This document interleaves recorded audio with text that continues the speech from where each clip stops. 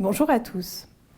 Après avoir vu dans les précédentes vidéos deux conceptions radicalement opposées d'organisation sociale liée à la Terre, nous aurons une rapide réflexion sur ce que peut être un urbanisme des communs dans le domaine foncier, à la période contemporaine, dans des sociétés dans lesquelles la pleine propriété individuelle est largement répandue. Comme expliqué dans la vidéo précédente, la pleine propriété telle qu'elle est utilisée aujourd'hui est génératrice d'inégalités, voire d'exclusion. La pleine propriété est devenue une fin en soi dans une perspective d'accumulation typique du système capitaliste. L'approche des communs invite à remettre au cœur des systèmes fonciers la fonction sociale du sol et de la propriété. Arrêtons-nous quelques instants sur cette notion, qui est la dernière notion que je souhaite apporter dans ce cours. La fonction sociale du sol et de la propriété peut être définie comme le principe selon lequel la propriété ne peut répondre au seul intérêt de son propriétaire, mais elle doit aussi et surtout remplir des fonctions assignées par la société. Dit autrement, c'est l'idée selon laquelle la propriété foncière ne doit pas être absolue.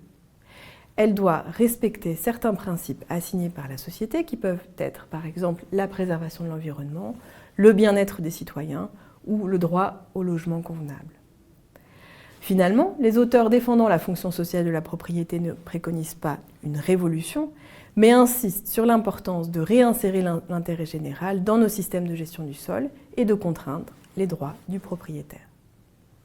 En l'occurrence, en milieu urbain, la fonction sociale principale du sol est l'habitat.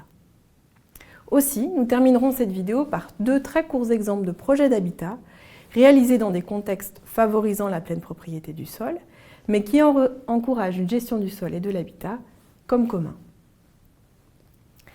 Le premier exemple se situe en Amérique latine, en Uruguay. Il s'agit des coopératives de logement par aide mutuelle. Ces coopératives sont chacune formées d'un groupe d'habitants ayant un projet d'habitat commun. Dans le modèle uruguayen, le foncier et les logements appartiennent à la coopérative. Les logements sont identiques et leur attribution est tirée au sort entre les membres. Ce qui démarque particulièrement le modèle uruguayen, c'est la composante aide mutuelle.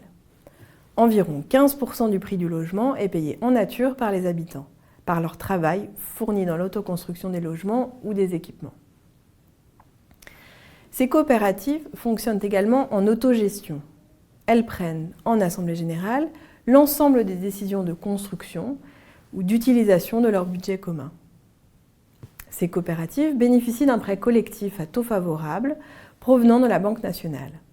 Elles doivent être accompagnées, selon la loi, par des professionnels de la construction.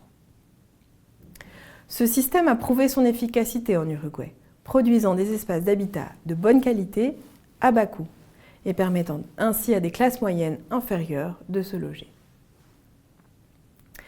Comme second exemple, je souhaite aborder les Community Land Trusts, modèle né dans les années 1960 aux États-Unis. Un Community Land Trust est un montage de projets d'accès au logement destiné aux ménages modestes, qui peut être défini par 4 principes.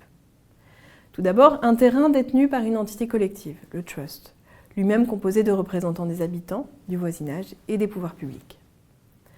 Deuxièmement, une séparation de la propriété du sol et de celle du bâti. Le sol appartient au trust et les logements appartiennent aux habitants, qui détiennent alors seulement des droits d'usage sur le sol.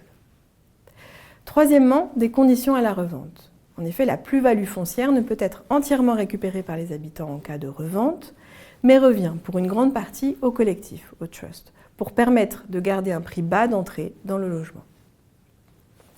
Enfin, une gestion commune du territoire et du projet, permise par une représentation tripartite dans le trust entre habitants, voisinage et pouvoir public. Ce modèle, né aux États-Unis, est aujourd'hui diffusé dans de nombreux pays européens, ainsi qu'au Canada, en Australie ou encore au Kenya. Ces deux exemples témoignent de la possibilité de mettre en place des systèmes fonciers au service de projets d'habitat cohérents avec une approche des communs. Ils sont par ailleurs plus amplement développés par mes collègues dans d'autres vidéos que je vous invite à découvrir. Merci.